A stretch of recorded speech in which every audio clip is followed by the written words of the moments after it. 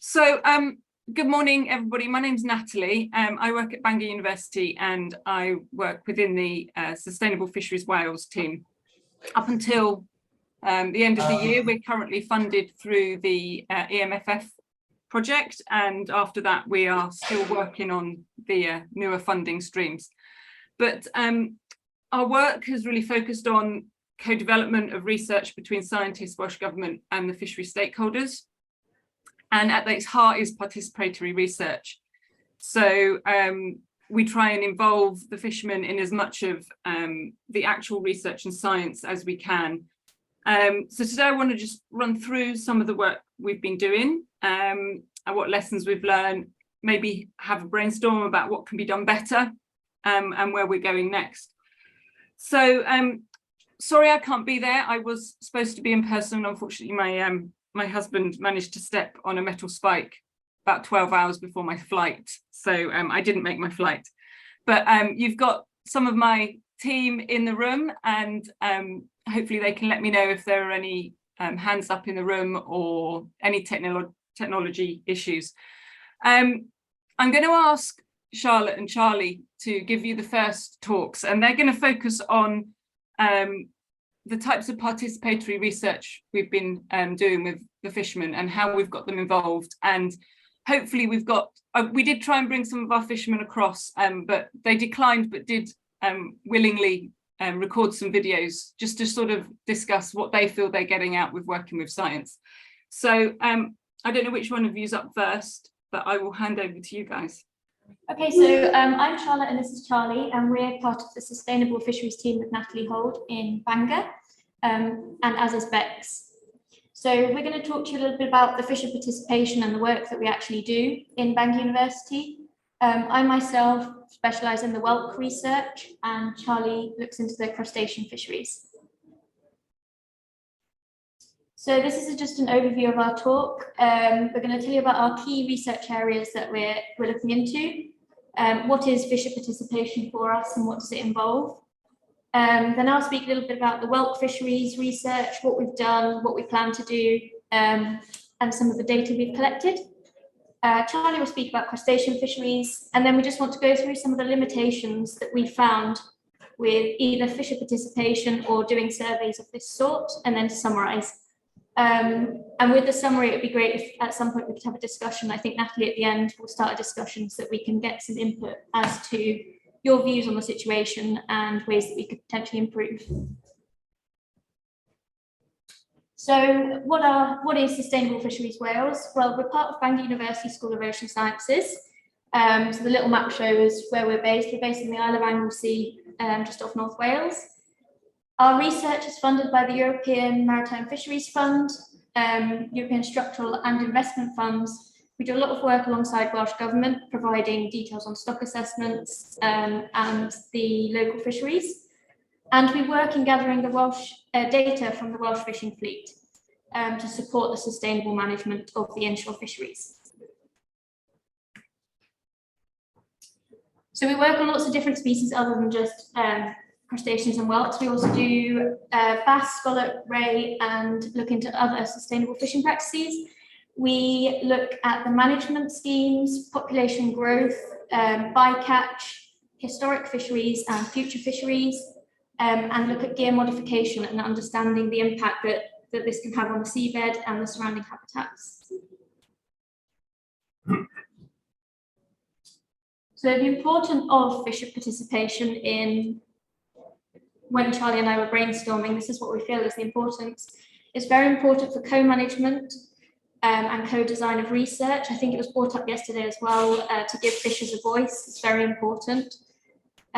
We find that we get a lot more feedback and response that way. Improved understanding for science and industry partners, connectivity and respect, and a joint approach. The term actors of change was brought up yesterday, and again, that's LinkedIn. So the whelk fisheries of Wales, the picture on the right is some of our current mark recapture processes we're doing. We've been using these plastic-free rubber bands to tag, and we've tagged over 16,000 whelk at the moment, and we've been getting quite good recapture rates in different areas. Within Wales, they have a first sale value of between £4 to £8 million, and that's 2022. And between 3,500 and 7,000 tonnes have been landed annually under our new Welsh permit scheme, which I think Natalie's going to mention a little bit more on later. They've significantly expanded the fishery sort of globally between 1995 and 22, but it is still a very data poor fishery. So it's an ICES data poor fishery. So we're still trying to gain a lot more information on the stock, the size structure and everything else about the population. Within the whole of UK waters, minimum landing size is the primary management tool, but we do have quotas in some areas, and some of the inshore fisheries agencies also can put caps or pot limits on as and when needed.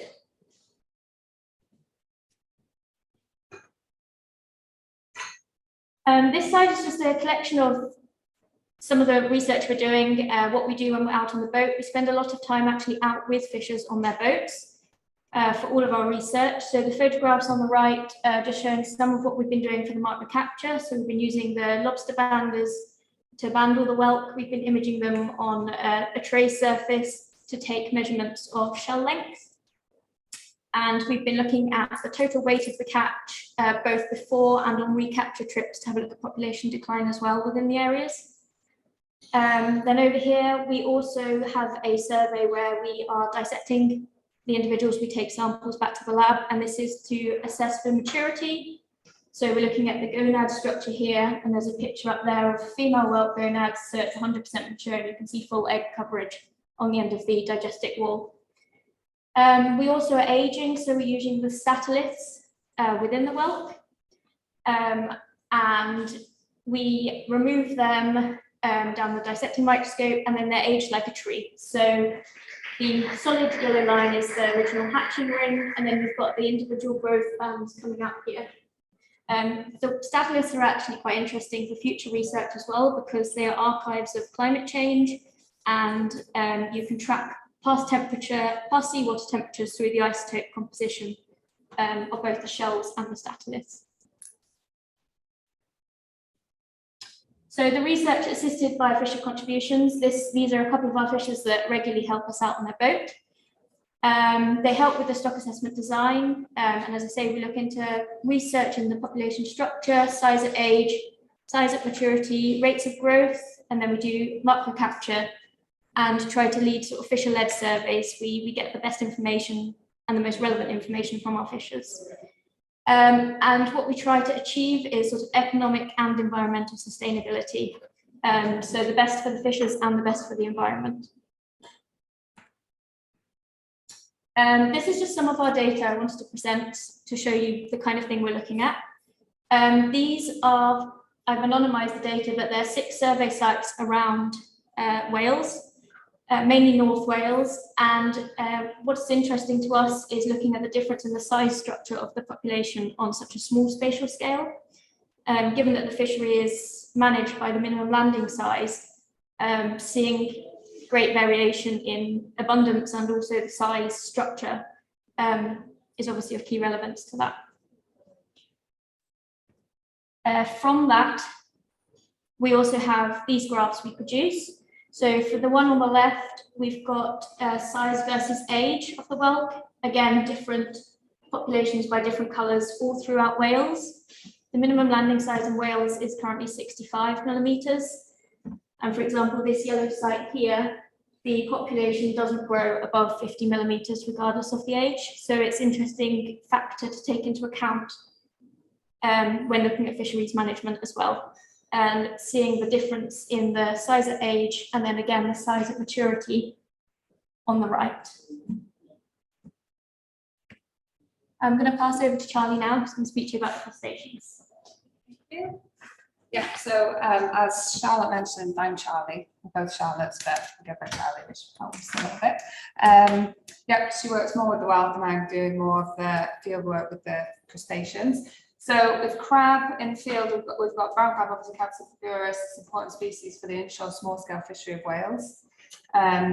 We have like 450 to 708 tonnes landed annually into Welsh ports specifically, and that's a figure from 2015 to 2019. However, I'm sure you're aware, if you're in this field, that rate has been shown to be declining throughout the Republic of Ireland and Europe, so it caused a bit of concern. Crab stocks aren't subject to EU total allowable catch or national quotas, but they are managed through minimum landing sizes to try and protect the spawning stocks. And that's one of the main tools for management in Wales. 140 is the current minimum landing for crab in Wales. For lobster, obviously they're both very important fisheries for Wales, collecting between 1.5 million for lobster and 350,000 for crab. They employ over 500 fishers through onboard work and then through the processing facilities. Most of our fleet is less than 10 meters and it stays within the 6 nautical miles, so it's really inshore, quite small scale. For lobster, the minimum landing is 90 millimeter. There's no upper limit, and currently there's no legal restrictions on landing buried lobster, so that's lobster that have eggs on their abdomen. However, there is a voluntary V-notching program whereby fishers, if they are that way inclined, they can V-notch the tail of a lobster, which doesn't harm the lobster. It grows out within 2 to 3 years when they molt, and that makes it illegal to land. So that's a voluntary scheme, so fishers can do that in their area if they deem necessary. So for the crustacean research, talking about crab specifically, so our project has been aiming to assess the size and maturity using methods developed in a previous project that we did about 7 years ago. It's a regional study aimed to ensure homogeneous approaches across the whole of Wales. So there was a time where the minimum landing sizes differed between North and South Wales, and that was homogenised. So we're just looking back into that. We've got onboard video data collection to try and improve the data acquisition. So obviously having observers like ourselves on vessels limits the amount of data that we can collect because of various reasons, which we will discuss.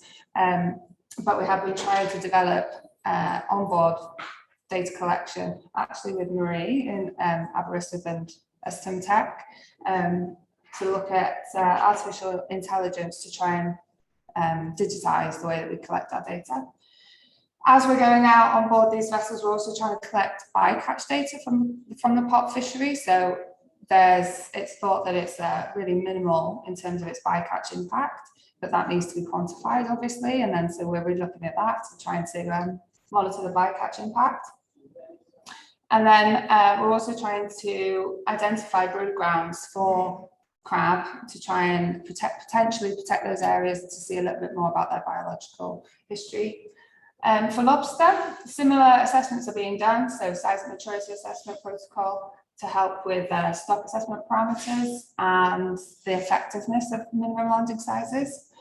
We've been doing fisher interviews and scientific surveys to try and understand the biological, social and behavioural impacts of different management that's being brought into place to see how that affects the fishes.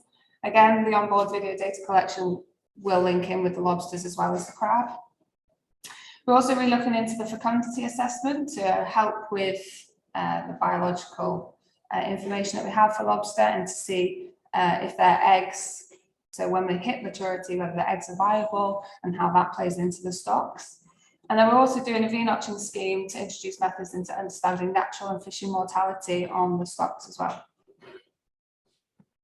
So just to quickly go over a few of the outputs, obviously we want to talk more about fisher participation and not necessarily the biological outputs of the project, as there hopefully will be many. We're coming to an end, coming up to Christmas now, so we'll have a lot of outputs, but hopefully, yeah, we just wanted to try and highlight the value in including fisher participation in the research.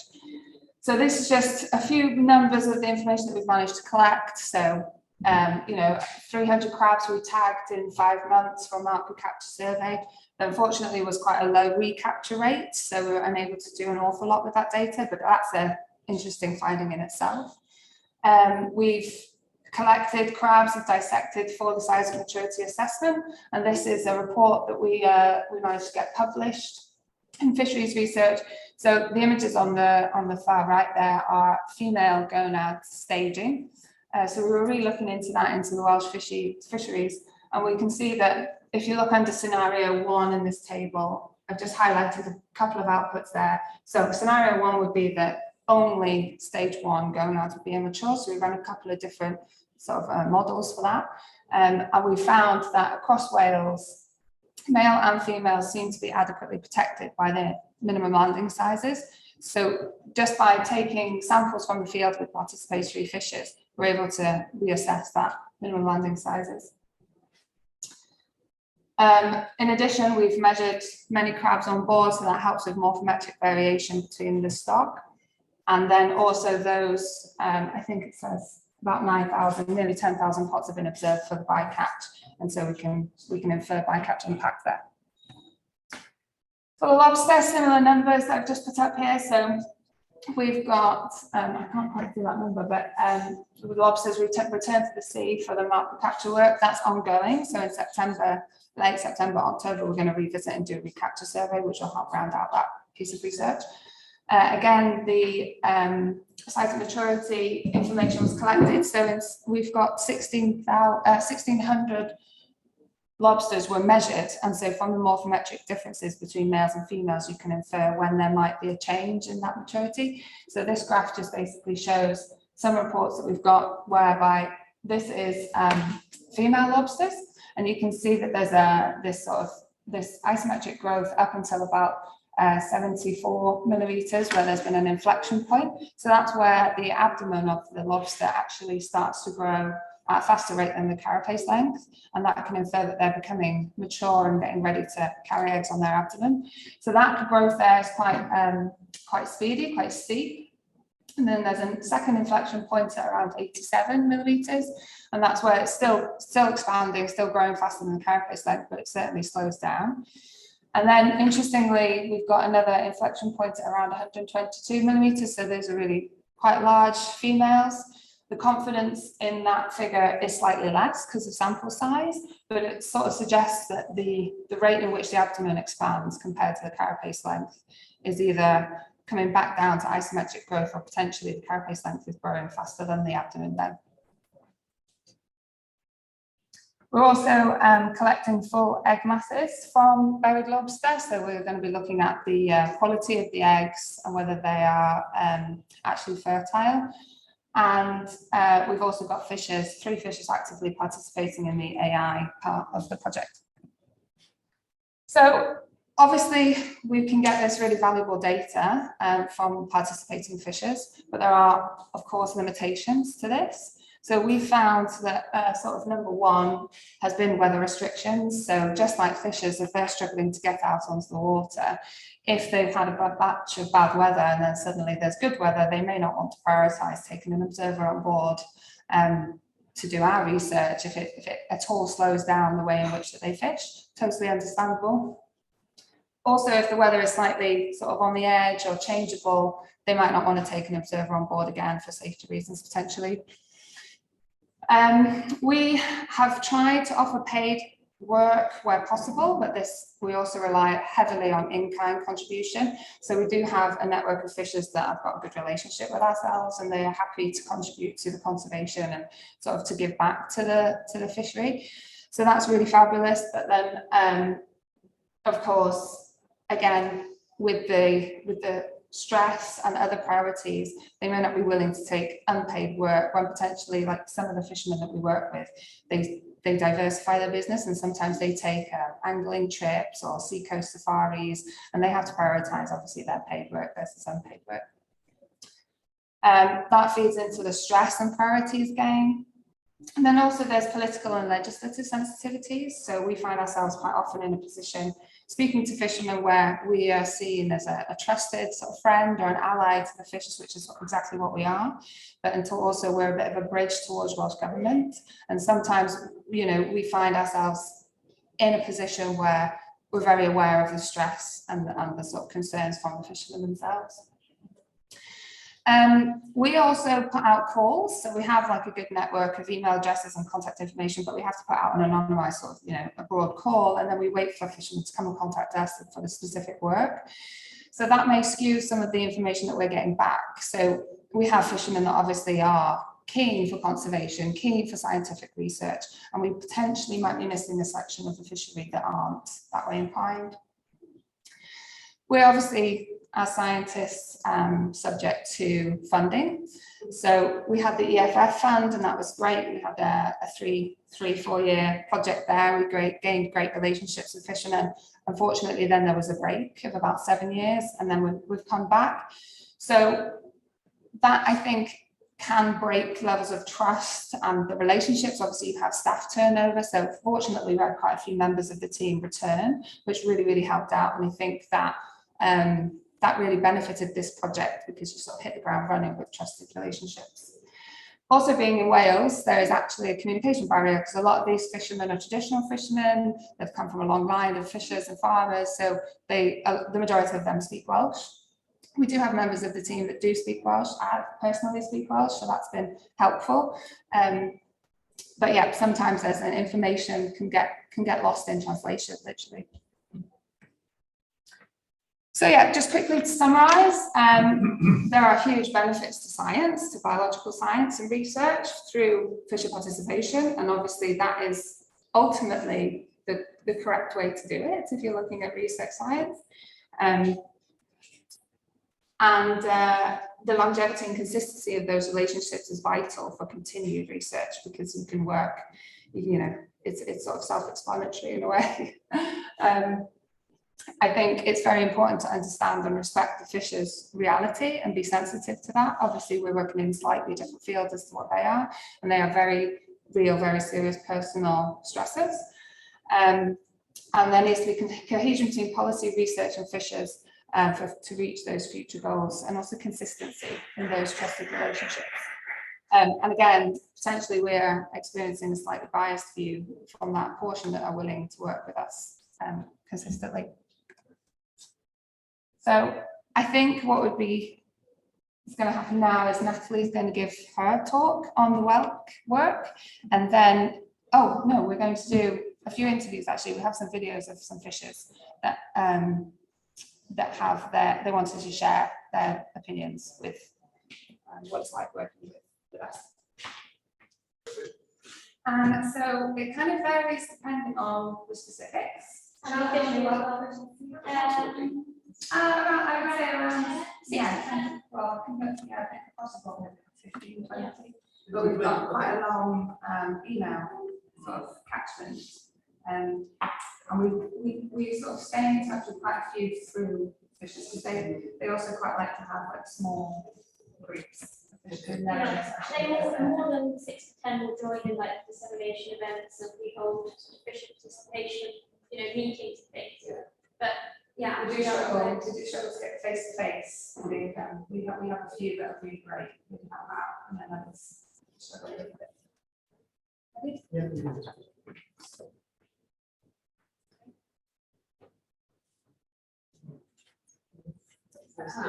Have to change the microphone settings. The speaker settings, because the speakers. Yeah, the speakers should be on it. So. Like with most all of these problems. Oh yeah. So the speaker goes from because it's expecting the sound from the microphone. So These people. There might be selection just in the speaker. If you have to choose a computer speaker. I think it should be fine. And then select Is it down on the computer? Yes, I think you have to go to the sound options on the computer. It's down even. Oh wait, I think. Sometimes there is, yeah, just in there. We have options there to select. I think. Yeah, in Oh, the yes. arrow that goes up. Yep, try to another one. See if that works. For working, Okay. I think the best possibility that trying to make decisions on the management. Just before one down.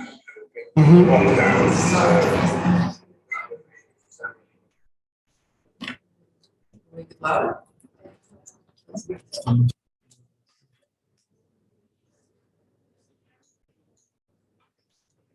Responsible fisheries are if each other fisheries, and the only way that we can properly sustainably manage them is by co-working with scientists to get the best possible evidence and to make decisions on fisheries management.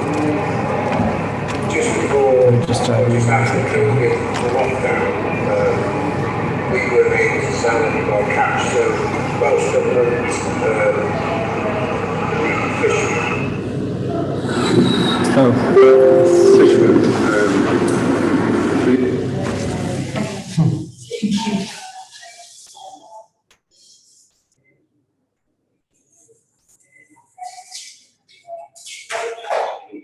Because lots of our fisheries are data deficient, and the only way that we can properly sustainably manage them is by co-working with scientists and to get the best possible evidence and then to make decisions on fisheries management.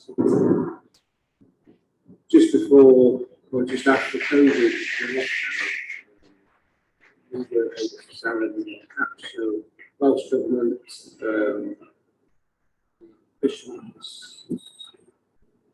fishermen, universities, Welsh Fishermen's Association came up with a plan to help us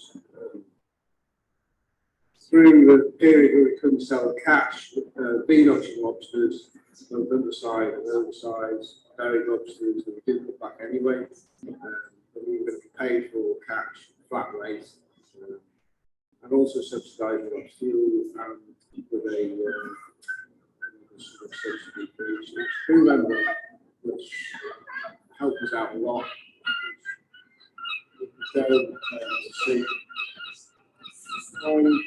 release lobsters. We did about 20 days, I suppose, in all over this last year. And so the phenotypes of the lobsters, all the measurements have been recorded. We've done capture days so that each of the marked lobsters, if they're caught again, scientists can put it into a model and work out what numbers of lobsters are on the ground.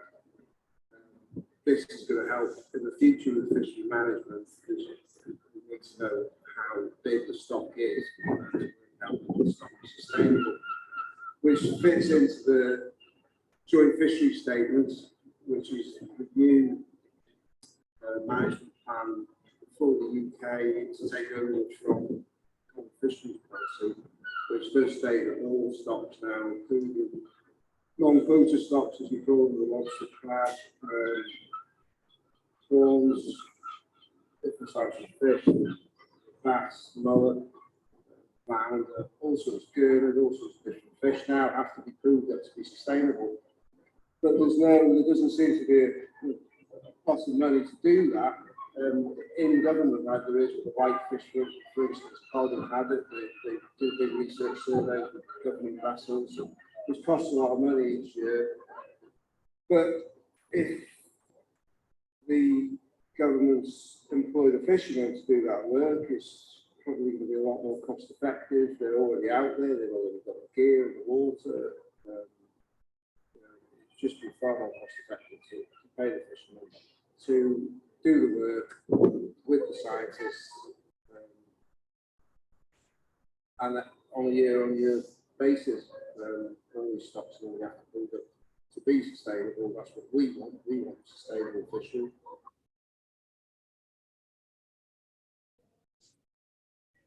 I hope through collaboration with science that fishermen within Wales will able to have a well-managed, sustainable fisheries, and that sort of we can have dynamic management as well that can react much quicker to think how things are on the ground. And the only way of doing this is by having as few as possible evidence base to be able to manage to do this. So, I hope the collaboration with scientists carries on into the future. Better fisheries management. Yeah. That is the most important thing. Okay. If the information is collected between scientists and fishers, then fisheries management can process accountability.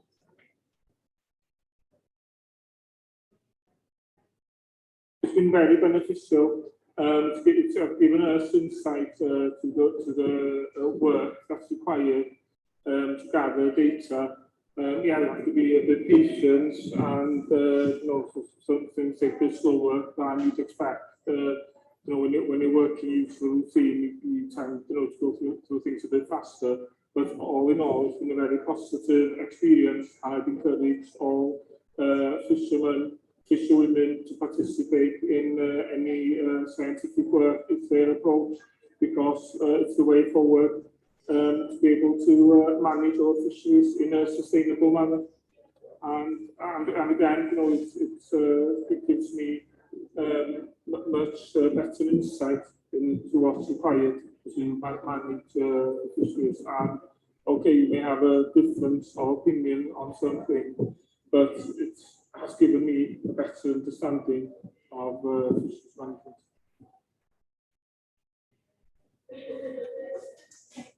Can we ask Natalie to play her from line? This was the sound playing for the. So we have the same, we're going to play the data now. Yes, no, it was very Okay, I think it's back to me now. So I hope you could hear. I hope you could hear the fishermen speak. I'm not sure all of them were particularly comfortable being in front of a camera, but I'd like to think that we've gained as much from them as well. And I certainly think that actually the flow of information and the flow of ideas when we're actually out on the boats or out at the ports is really beneficial, and it doesn't happen when we have sort of workshops and meetings. It doesn't happen in the same way, and I think we've gained a huge amount by working with them. Okay, so I'm going to talk a little bit now about, and I presume I'm probably going to have to change the display settings. It's all good. Is that good? Yeah. No, not anymore. Not anymore. Okay, let me swap it back. Okay. So I'm going to talk a little bit specifically now about a case study where we've been working with Welsh Government and Welsh fishers on the whelk fishing in Welsh waters. So as Charlotte mentioned earlier, it's really highly important to the Welsh fleet. It's actually the highest value catch in all of Wales. So all of this work has been co-developed between scientists, Welsh Government and the fisher stakeholders. And as Charlotte mentioned earlier, it is has been full of participatory research. So I guess just firstly to sort of put a bit of context that, you know, the long-term aims are all legislatively driven, and you know, every bit of legislation that we have to work within wants us to maintain biomass of stocks above levels capable of producing maximum sustainable yield. And I think I won't go into MSY, my thoughts on it and its appropriateness across the board, but that is something that's written into law and we will have to work towards. However, when you're working with a data deficient stock, that can feel like a monumental leap. And I often feel that science can be stalled with working towards that end goal, and then no management happens in the meantime. And so we worked with Welsh Government looking at what can we do in the meantime. We know what data we need to start collecting. We know how we want to work towards a data-rich stock, but what can we do in the meantime? And we want to ensure the biological sustainability of the stock, but also the sustainability of the livelihoods reliant on whelk fishing in the Welsh zone.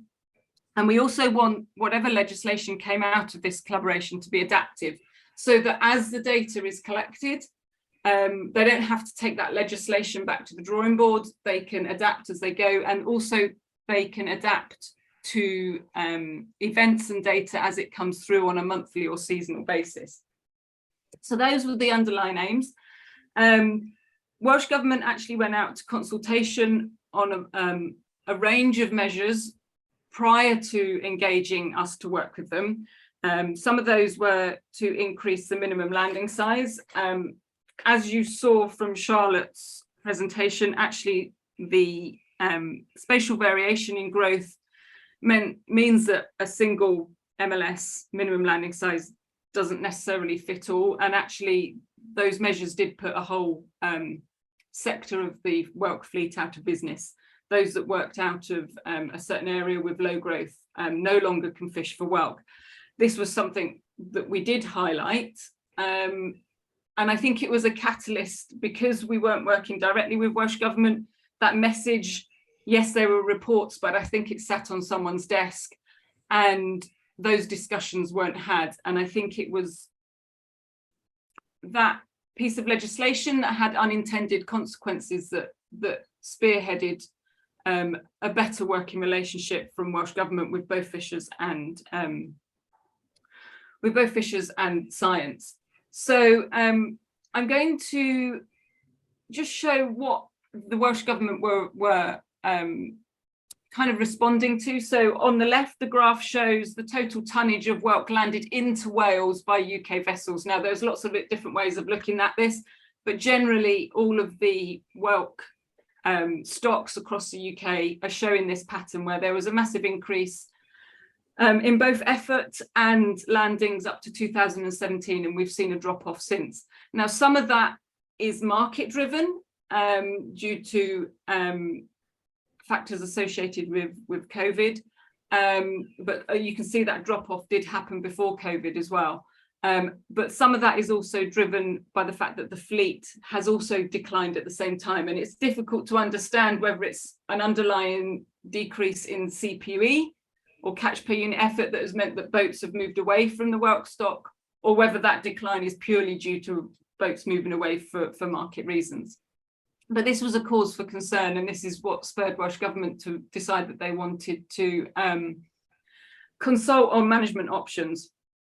So their consultation, just in the pie chart, it just shows that actually 73% of the responses to their consultation were from commercial fishermen.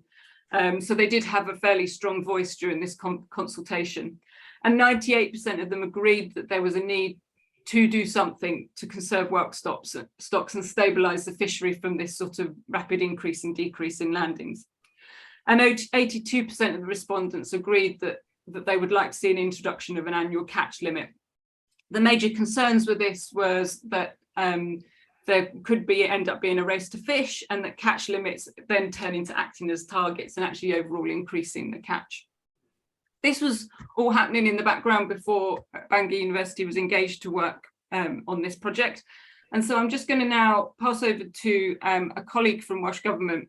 He's done a pre-recorded video just to run through the legislative and the legal side of things, to give you a bit of an understanding from Welsh Government how they went about things. So hopefully this will work. Good day, everyone. My name is Mark Tilling. I'm a Fisheries Policy Manager with Welsh Government. I apologise for not being able to join you today. However, I have put together a brief presentation on all the points that you can see on this slide. These were key measures that were brought into force by the Whelk Fishing Permit Wales Order 2021. Initial consultation on new whelk management proposals commenced in 2014, after which continual dialogue and further formal consultation with key industry stakeholders took place, up until the point on the 10th of December where the Minister for Rural Affairs, North Wales and Trefnyd signed the order and therefore brought it into force. Shortly after the 10th of December, a small team of fisheries management officials began processing around 100 application forms for permits to fish for whelk in Wales. The second key event, once the order came into force, began on the 1st of March, which marked the first period within the Welsh zone, the blue shaded area you can see in the map below, where for any vessel fishing for whelk within the Welsh zone required a whelk permit. Okay, so some further information regarding the application of permits. So it applies to anybody that wishes to fish commercially with pots in the Welsh zone. Now, this isn't necessarily limited to those that are targeting whelks. If, say, a fisher wants to target other species, for example, crabs and lobsters, and they take and retain whelk as part of the catch that they remove from their pots, then they will also require a permit and be subject to the conditions of that permit, particularly for catch returns where we can we can monitor the data. That gives us that opportunity then to sort of holistically manage the fishery through the data that we receive. If an owner of a vessel has more than one vessel, one permit per vessel is required. That way, each vessel submits the catch returns and is covered by the conditions of the permit that is in place. So to be eligible for a permit, vessels have to be licensed and registered fishing vessels, and permits aren't limited to UK only vessels. Non-UK vessels can apply for permits as long as they hold the relevant current registration and licensing documentation. The only exemptions for permits relate to vessels that are solely used for recreational purposes, and also vessels under 10 metre which aren't powered by either an engine or an electric motor.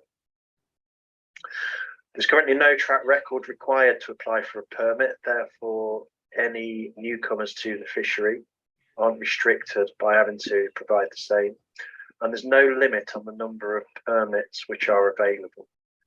But we manage the fishery, as you'll see in other slides, through using adaptive and flexible management techniques, but we'll cover those later on in the presentation. So the permit period begins on the 1st of March each year, and it operates or runs for a year. And the first permit period that's currently ongoing ends on the 28th of February next year. Okay, so just to tell you a little more about how the annual catch limit, or the total available amount of stock, is calculated for each year's fishery. So the first 5 years of the fishery, historic landings between 2015 and 2019, the average of those we used to calculate the annual catch limit. So that works out at 5,298 tonnes. This has been applied as the fishery presently is a data poor fishery. However, this ensures that we have a ceiling for purposes of conservation of the stocks to prevent an increase in exploitation beyond what we know has already been fished previously. For data poor fisheries, however, IC's advice recommends a buffer of anywhere between 10 to 20% is applied. So, for example, that could potentially be applied to the 5,298 tonnes, which were calculated from historic landings data. I'm sure this will probably go into greater detail with other presentations that you'll be hearing over the period of the conference. However, I'll just give you a very brief outline of how stock health indicators are used to potentially prevent the need for a blanket 20% buffer being used. So stock health indicators are size-based indicators with reference points from size frequency distribution. So they're calculated using data from annual surveys. And two of the indicators assess the abundance of juveniles, and further to assess the large brood stock, which are seen as a result of the surveys. And a traffic light system is used to determine whether or not any kind of buffer on the 5,298 tonnes is required. So, for example, if all the indicators were green, then no buffer was required. If they're all red, then potentially a 20% buffer could be applied to the 5,298 tonnes. If there's a mixture, say, of amber and green, or amber and red, then variations in the amount of buffer could be applied. However, if scientific advice can determine that the level of buffer, say for example, if there was a mix of amber and green, if the advice and evidence is present, then a buffer may not need to be applied at all, but that would be determined by what evidence is available and what advice is given on that particular situation. Okay, so the monthly catch limit is a key component of managing the fishery. This is the maximum amount of whelk that each permitted vessel can take in that month, and it is set on a monthly basis. Doesn't mean it's varied on a monthly basis. This year so far it's been maintained at 50 tonnes. The monthly catch limit is flexible, so it's one of the key components where we can alter the amount of whelk that can be taken out of the fishery in the following month. It's a true adaptive, flexible element of what we're trying to achieve with the management of this fishery. So its purpose is to prevent the annual catch limit being exceeded. The annual catch limit is represented in things such as the Habitats Regulatory Assessment. So it's an important key feature of the fisheries management, and it's something that we don't want to breach each year. So the monthly catch limit, its aim is to spread the fishing across the permit period, and we use historic data to be able to understand what existing stable fishing patterns have been. So we monitor the monthly catch limit against those existing patterns. And if, say, a monthly catch limit, a cumulative catch limit has been breached for 1 month, it doesn't necessarily mean that we'll make a change to it. We will analyse catch returns data against where we expect the fishery to be for that particular time of year and where it's going to be in the coming months. So if we expect a decline in the amount of fishing as a result of viewing the historic data, then there might not be a requirement to change the monthly catch limit. But that's what really gives us that true flexible element. It gives us those options to react to how the fishery is being exploited and make any changes should we need to. Okay, so each permit has a suite of conditions attached to it. These can cover anything from setting the monthly catch limit to the requirement for a monthly catch return, but also key conditions can relate to the Habitats Regulations assessment. So any recommendations that are brought forward from that assessment can be placed within the permit conditions. For example, spatial restrictions. Now, if there's flora or fauna identified that needs a particular level of protection, that can be put forward through providing a condition within the permit. So, for example, this could be no potting areas or no ground penetrating securing anchors. It might be a situation where potting could continue in a particular area, but the protection that needs to be afforded prevents any penetration of the seabed. So it may not remove fishing practices altogether, but a particular part of that fishing practice to prevent any damage to flora or fauna that's been identified. And you can see there an example of spatial restriction in the Milford Haven estuary for mill beds. So the fishery has been operating now for around 6 months under the new permitting regime. And at this point in time, there are 94 permits that have been issued. 36 of those permits are active at this present time, with catch returns showing catches coming in. We're seeing 95% catch returns from fishers, which is really good. The remaining 5% actions being taken to ensure that those are retrieved in the future. So far, 2,986 tonnes of the annual catch limit has been taken, which is around 58% of the available ACL. However, as I spoke about in previous slides, this doesn't cause a concern because the trends relating to how historic fishing patterns take place, we should see this level up as we move through the winter months. The monthly catch limit has remained at 50 tonnes each month, so there's been no changes to that so far. There's nothing which has triggered any sort of change to that at this particular point in time. Looking at landings per unit effort, we're seeing around 2.18 to 2.32 kilograms of whelk per pot fished from the improving data sets that we're starting to get in. So we ensure we maintain communication with stakeholders, firstly through an annual consultation with interested parties, and this relates to any changes to permit conditions, the proposed annual catch limit for the following permit period, and we'll also be consulting on what the permit fee will be for the next permit period, which will start in March 2023. That will be a short consultation that will be coming soon, subject to all approvals. We also have the Wales Whelk Advisory Group. This meets twice a year, and the membership covers fishers, interest associations, industry representatives, and fisheries scientists and managers. And this is to discuss various aspects of the fishery, how things are going, whether any changes are needed, and generally get comments back from those that have an interest in the fishery. Well, thank you to everybody for listening to the presentation today. I hope you found that useful and given a brief information on the makeup of the fishery, the policy behind it and how it's operating. If you'd like any further information, there's lots of information on our website on the following link. And also I'd be happy to take any questions by email, or if anybody would like an informal chat, I've also provided my direct line number there. Okay, thank you very much.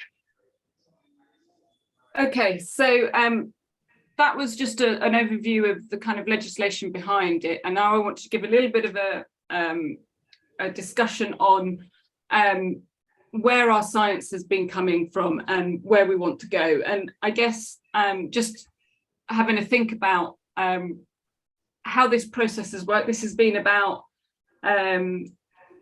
I guess a 2.5-year process now, from bringing Bangor in to look at the science behind it to the fishery being operational. And I guess my thought behind this session was just a discussion about, okay, this might not be the perfect end goal, but it's a start. And is it a good start, and how could we make it better? So one of the big questions that Welsh Government asked us was, how can we ensure and monitor that the catches, and particularly the annual catch limit that they set, is sustainable in the short and medium and long term? Now, I put the short and medium in blue because I suggested they add that in and not just look in that sort of long-term maximum sustainable yield model. And I just wanted to put here that some of my hesitancy around working at maximum sustainable yield, or even just above it, I think is summarised by Sidney Holt. And his words are that maximum sustainable yields would inevitably be unprofitable, and in fact are unattainable for both technical and economic reasons, and that fishing rates must be much lower than is required to provide MSY in order to ensure the future economic viability of the fishery, and also the sustainability of the industry and the well-being of coastal communities that are dependent on the continued supply of food and other commodities from the marine living resources.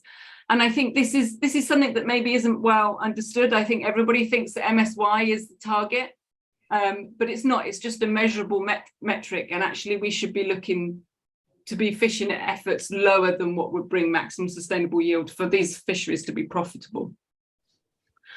So when I was looking at this, I guess the first thing I did was try and understand what fisher knowledge were, what the fisher concerns were, and what they could bring to the table. So the fishermen definitely had concerns over the lower, what they perceived as lower catch per unit effort, lower catch per pot, and they had real concerns over the stock levels. In addition, we've had fishermen describe concerns over the sort of damage and survival of riddled of undersized whelk. So this is a picture of a certain type of riddle. There are lots of different types of riddles. But in Wales, the minimum landing size went from 45 mil, which is the European minimum landing size, up to 65 mil in a 2-year time frame. And some of the fishermen were saying that there's a lot of damage that can happen to the whelk. And actually, if you're then throwing those back and they're either not surviving or not growing, you might not be getting the benefit of that measure. And also, it was quite clear that the fishermen are able to describe the variation in their catch. So the size, they know, oh, if you want to find big whelk, you go over here. If you want to find small whelk, you go over here. Different colour shells over here. And that information has proved to be really, really useful. And there is actually a sister project going on that's looking to gather that information and bring that together in a sort of spatial context. And then there's our observations as scientists, and that we found that many locations are generally reliant on a single recruiting age or size class. So that healthy size structure is not seen in a lot of locations. And that pot surveys tend to have a lot of assumptions with them, which I won't go into now, and that research is needed to be able to enable us to either use pot surveys and catch per unit effort or landings per unit effort as an abundance index in the long term, or that other methods need to be investigated. And that we also saw in line with the fishers' observations that there's a large variation in biological parameters spatially, and that also a large portion of the fishers that we work with have willingly happy to set a small number of scientific pots for us and collect those samples. And that enables us to gather information on size, age, sex data. So this kind of understanding of what was available, what the knowledge was, pushed me to consider utilising size-based indicators to understand the health of the stock. So at the moment, the annual catch limit is set using historical trends. We don't have a catch abundance index or a stock abundance index, so there's very little way of us understanding how we should set a new annual catch limit. However, by looking at the health of the stock, we can start to tweak that current limit over time. So there's quite a lot of information in the literature, and I guess the positives are that for whelk, we can get a lot of empirical estimates, so we're able to get actual estimates for our stocks on the ground because we've got fishermen that are participating with us. We can calculate limit and target reference points. We can monitor the trends in these indicators over time, and they could be spatially resolved.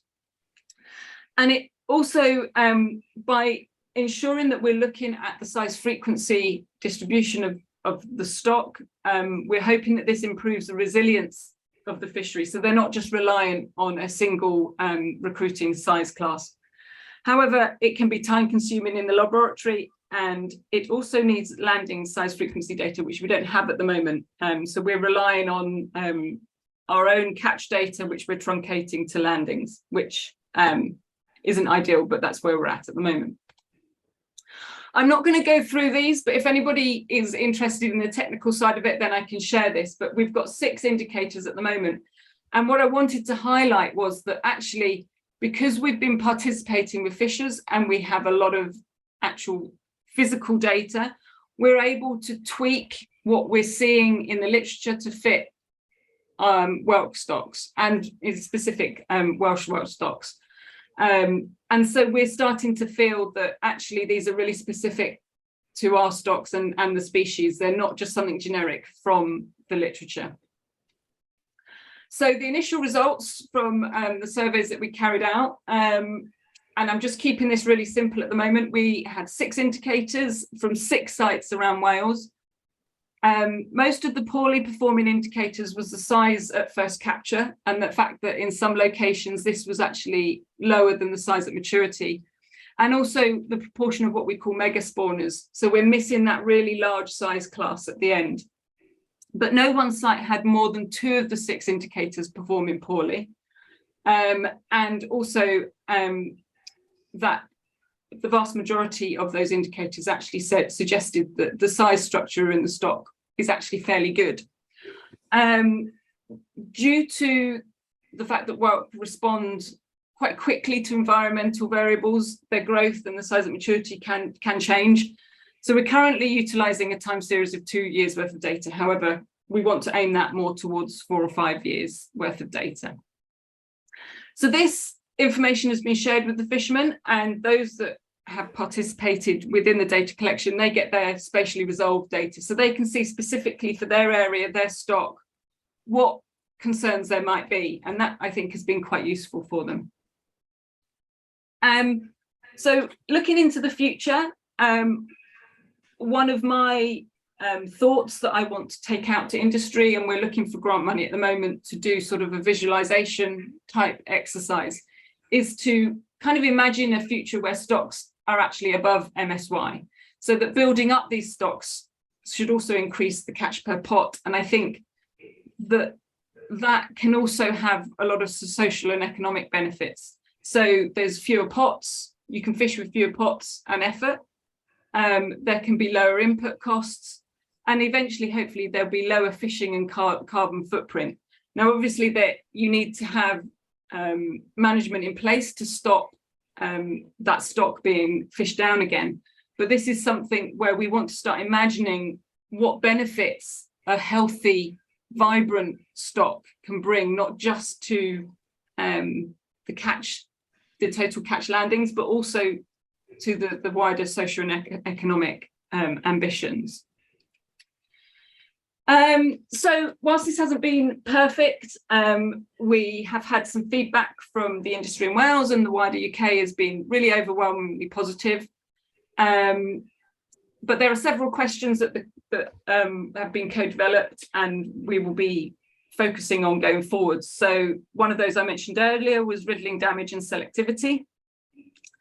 And then also Welsh Government are keen to have an annual scientific survey that can deliver an abundance index that can be used for setting an annual catch limit. And we're currently looking at the methods for that, the necessity for it, are there other ways of doing it, and also the analyses and the application.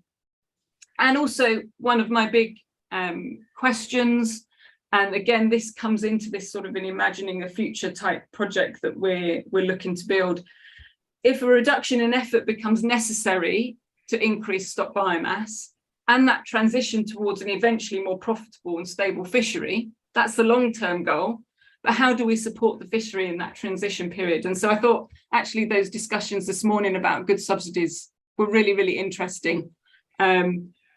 So I'm going to stop talking there. I don't know what the time is, but it would be nice to have a bit of discussion, take some questions. This is just one case study of what we've done, but it's hopefully going to pave the way for work with other fisheries in taking those first steps and not waiting till we've got the perfect data and the perfect science before we recommend management. So yeah, I'll stop there if I can find a way to stop sharing. So I don't know if everybody does have questions, either somebody will have to repeat them or maybe move closer. I'm happy to repeat. Natalie, I'll repeat questions if anyone has. Okay. Should I move the camera down? Does anyone have any questions to start with? Yeah. So just the first question really is, have you seen the impacts of climate change, or are you able to identify the impacts of climate change with the whelk as there have been in other species? Well, I think this would be a joint answer between me and Charlotte. I'll let Charlotte answer that one because we actually have a grant application in at the minute to look at that. Yeah, so as Natalie said, we've just written for a fisheries industry science partnership fund to look at the impacts of climate change on the whelk populations. So within my PhD, I looked at the shell growth and general repair of the whelk. In particular, I focused in on temperature changes and also then the further impacts of sex, maturity and things like that on rates of growth. So yes, there is a strong correlation with temperature change and growth. I did lab trials on juvenile and adults, looked at just 5, 10, 15 degrees. They do have a thermal tolerance, as with anything. 15 degrees, the adults didn't really survive as well, but this is in lab conditions. And you do see increased rates of growth with increased temperatures up until a point. So that's why we've put in for this application, in order to actually assess under different climate change scenarios what we might expect to see, be it differences in growth rates or movement, population movement, understand how that will impact the fishery itself. Yeah, and I think one of the key things we want to understand with going forwards with the expected increase in extreme events or extreme years and temperature events, how that might affect sea bottom temperature. So we're working with modelers at the university to look at the increase in sea bottom temperatures and how quickly that change occurs, because it seems to be that if it's a sudden change, even sort of up to 12, 13, 14 degrees, I think, Charlotte, you found that they would die quite quickly. So trying to understand how those extreme events might or might not translate into mortality events for whelk.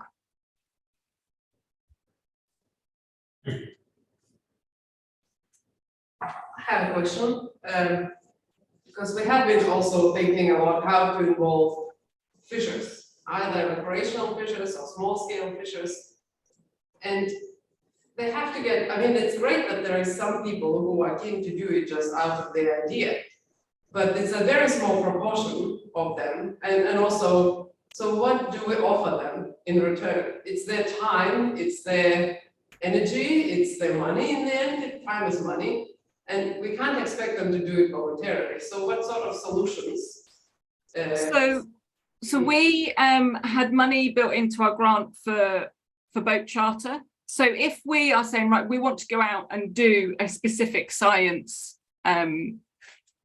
survey, then we will pay them a boat charter rate. When we've been on board, they're doing their normal fishing activity, but we might be slowing them down, asking them to retain stuff. We have several ways we can cover fuel. We give them a subsidy of X £100 a day per crew member, those kinds of things. So it really depends on the activity and how much of their normal activity they can continue and how much of their catch they can land. So for example, with the whelk mark recapture, we paid them a baseline amount to do the survey, but actually we couldn't tag everything that was coming on board. It was just too much. So they were still actually able to land a proportion of that catch as we went along. So and we're also now, when we're looking at workshops and interviews, we are trying to build into our funding model actually paying for people's time like you would do a consultant. So you know, if we're expecting somebody to give up their day to come and sit in a workshop, we would pay them like you would a consultant to be there or a facilitator to be there.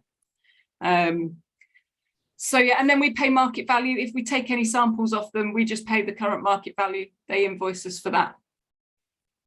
So yeah, that's good, but you have to have money for that. I mean, not all governments do money for that thing. So. No, and we're pretty much grant funded, and we have had some contracts directly from Welsh Government, and they're happy to build in fisher costs. But I do think actually, if you're looking at research as being part of a government department, it is really difficult. And I think this is where I'm not sure how good the audio was on the fisher interviews, but one of the guys in the middle, that's what he was saying. This was actually really good for us, and we want to do this every year. Instead of paying somebody else who doesn't know the local area to come and bring a boat and do it, pay us every year to do the survey. And I mean, we gain as much just being out on the boat with them and absorbing their knowledge as I think they gain from us. Like one of them said, we have our differences, but that's good. Being able to talk about those differences in an environment where you're comfortable, such as being out on your boat, rather than in a room full of academics, is good. But yeah, the money does have to be there.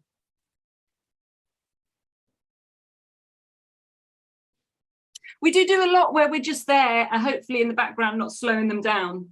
And they do let us come out for free. But I don't know, other people have some other questions, but I think that's also, so you have engagement with 6-10 fishers, and you are what, 4 researchers? I mean, that's very expensive in terms of, you know, how many researcher time engaged with like almost I think we have,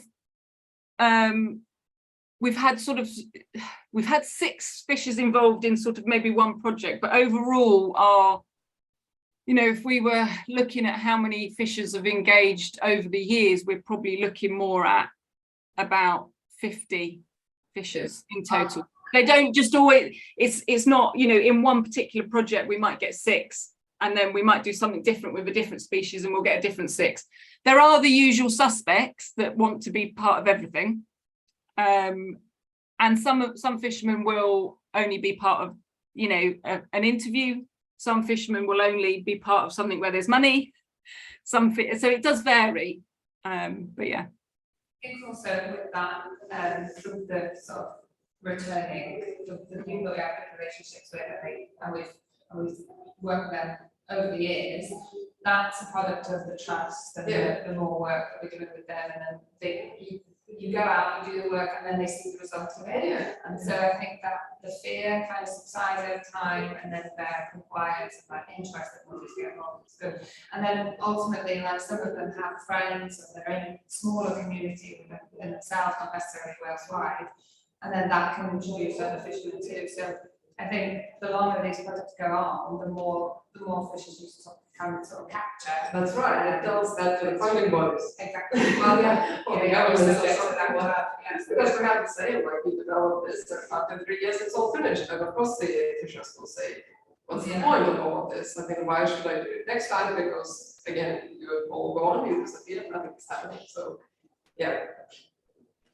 Yeah, that's been my job for the last 6 months, is trying to secure funding to keep all these lovely people on. Yeah. So you mentioned earlier about covering Wales in sort of percentage terms, how much was sort of north, middle and south in terms of the work you're undertaking on board boats? And then second question is, why are there so many whelks? You know, I mean, I fished whelks in Welsh waters for some time, scars to prove it. And I personally put it down to the demise of race stocks and cod stocks, which were, I suppose, main criticism on whelks. But what fascinated me was that you could effectively fish out an area. So your catch per pod would drop over 3 or 4 days, and you clear off somewhere else. And a couple of weeks later, you come back, and it's full of whelks again. And it just seems to be just sort of self-reproducing in terms, I mean, obviously it's a long-term trend in terms of decline. And in answer to Natalie's question about how you manage that transition, because whelks, fishermen are particularly vulnerable in Wales because they're reliant on whelks, lobster and crab, and as we've heard from Charlie, things aren't great in that respect. But we've been banging on for probably 12, 14 years about the need for Welsh government to support diversification and increase stocks, the demise of, I won't go on to that one. But so, sorry, I don't. So, why are there so many whelks, and what was the percentage of coverage? So are you talking in the whelk survey, the percentage of coverage? Yeah, yeah, I mean, we had, think we had 3 sites towards South Wales and maybe 4 sites North Wales. 2 of those sites in North Wales were fairly close together, to be fair, so they could probably be merged. We did look at one site that's no longer commercially fished because of the MLS change, and we did charter someone locally to take us out there anyway. And then we have got a couple of fishermen working out of Milford, Saundersfoot, that kind of area that we work with for whelk. And with the changes in the population, we do hear that from a lot of the whelk fishers. They're always asking me, messaging me, whatever, like one day they're getting really great catch. I think I had a text the other day from one of our fishers saying, you'll never guess what, I landed, you know, X amount of bags when only 3 days ago, their pots were coming up pretty much empty. Yeah. And that's something, again, with the research that, you know, putting in for new funding and things, that is something that I would like to, you know, hopefully look into a bit more, is understanding the actual population structure and what's going on the ground a bit more. We did actually put down some camera gear when we were doing the micro capture project as well. We had a PhD student come over from the Isle of Man, and he put some underwater baited cameras down so that we could see what was happening on the ground. So it is something that, you know, we are as scientists in Bangor aware of, but it's something that we're trying to understand, because there's all sorts of weird movement patterns with the whelk. Yeah. Some fishers say that they accidentally, or once they didn't have a whelk pot, but they put a Coca-Cola bottle down, and then they got a huge amount of whelks, and compared to usual, so there doesn't seem to be any real obvious pattern to start with, but you do get differences within zones. And then I mean, some of the fishermen have said that, and I think you'll be able to tell me that whether I've got this the right way around or not, that you tend to get better catches on the neap tides, and we've recently done some modelling looking at bait plumes and things, and I do wonder whether on occasions where there's so much water movement, and you know, we're highly tidal, the currents can get really strong in, especially in Wales, and whether it's just a case of the bait gets kind of diluted too quickly in some cases, and you're not able to attract them to it. And also, I mean, then they're not particularly agile animals, so again, you know, it may well be at times where there's a lot of seabed scour, you know, they're not going to bother moving against that kind of current. And the other thing is they do tend to gorge themselves and then not feed for a bit. So if there's been some kind of, I don't know, a dead animal that they've all gorged on, maybe they just don't feed and don't come into the pot. So I think it can be quite complicated. I agree with all of those things. I mean, certainly the neap tides were better, and for probably the reasons you give. The weather also used to have a serious impact.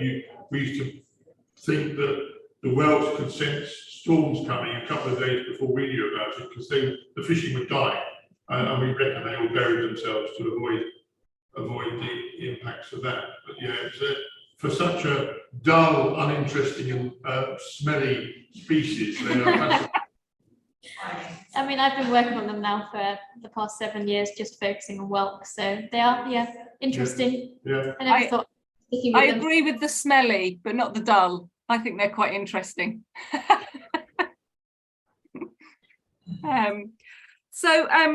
Yeah, I mean, does anybody have any thoughts on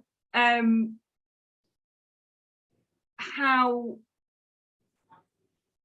we can improve, you know, not just us in Wales, but how, you know, with this discussion about how do we get fishermen involved? And like we say, we probably, there are a lot of fishermen that don't want to engage with us, and my gut feeling is that's a trust thing. I think it's historically, like we were saying, scientists come and go, they're not really interested, they don't feed back information. So we work really hard on that, but I don't know whether anybody in the, I don't know where people in the room, where you sit within the kind of fisher, scientist, manager kind of helix, but is there any way of kind of increasing that engagement, or increasing what the fishermen feel they get from an engagement? Is there something missing that we're not providing?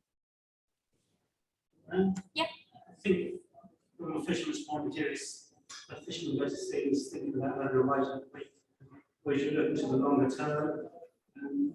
Fisherman worries that, you know, the information you accumulate will stop learning money in the short term, as it were.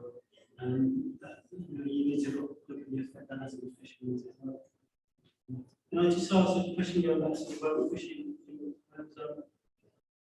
You obviously set the riddle size at 65 mil for a reason. Yeah.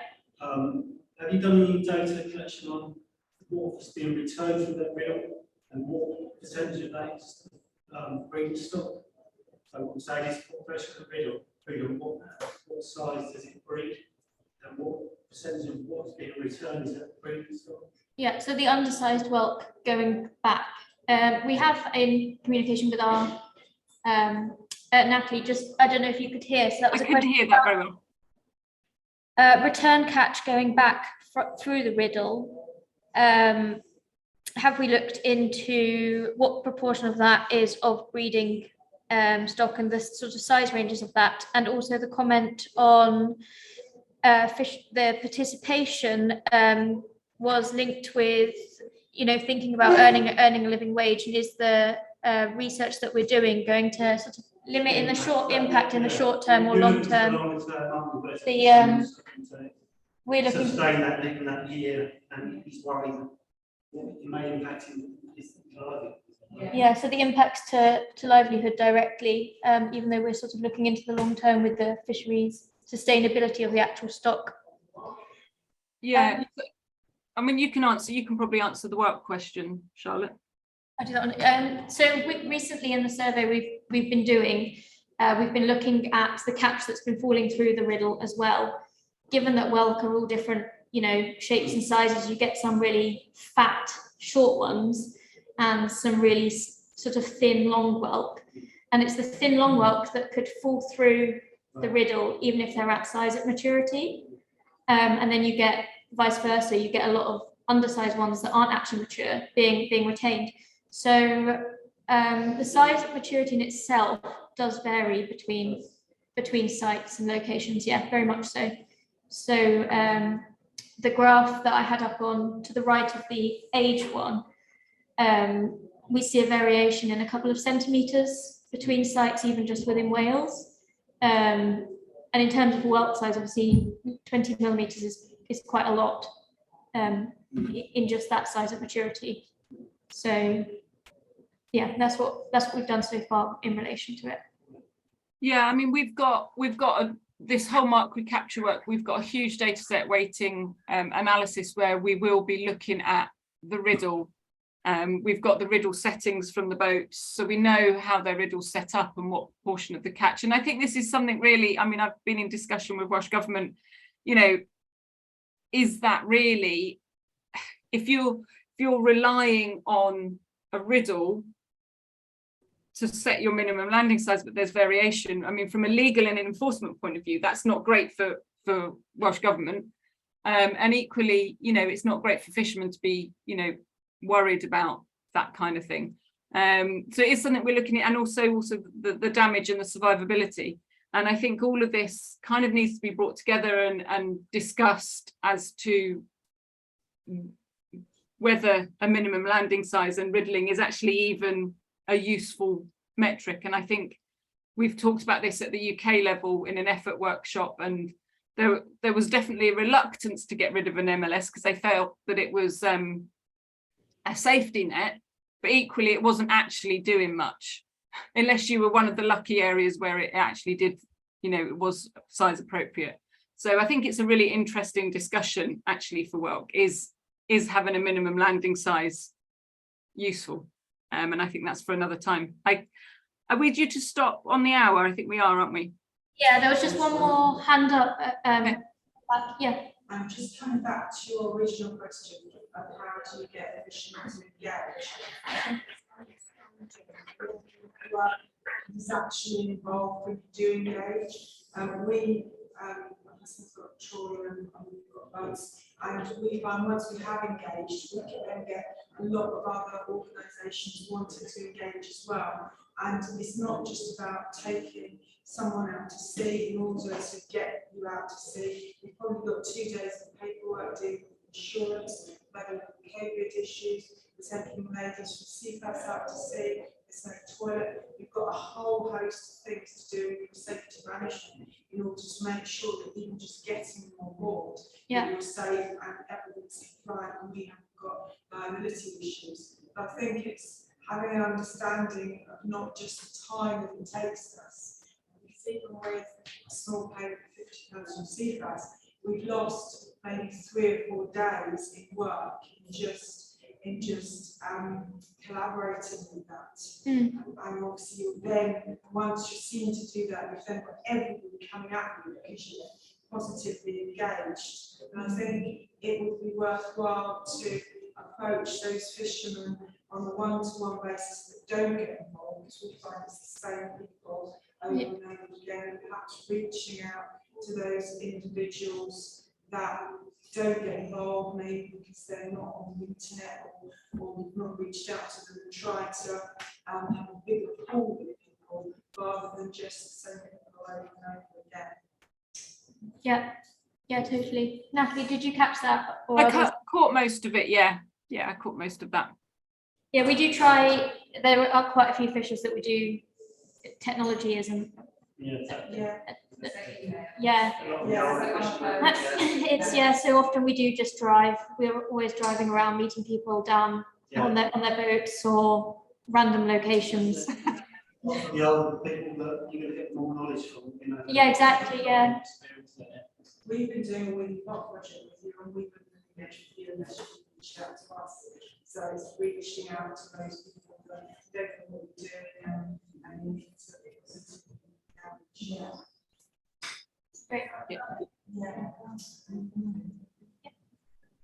I need to go because it's 1 o'clock and I have a meeting planned for lunch, but I just want to maybe shamelessly use this opportunity to promote a session tomorrow that we are running on how we make it easier to collect data from all the fishers, sort of, because there's a lot of people who are collecting. You say you don't have sizes for the catches, which I think is essential and would be so important and so easy. With smartphones, you just take a photo and then use technology to get sizes. I mean, and so I think basically we need to work towards making it easier to collect data so that it's really easy for people. And also to make it transparent, so they collect the data, who gets the data, who owns it, what do they get out of it? And yeah, so that's what we're going to discuss tomorrow, I hope. So please join if you are still around. Thank you. And thank you for coming. Thank you for your comments. Thank you. So again,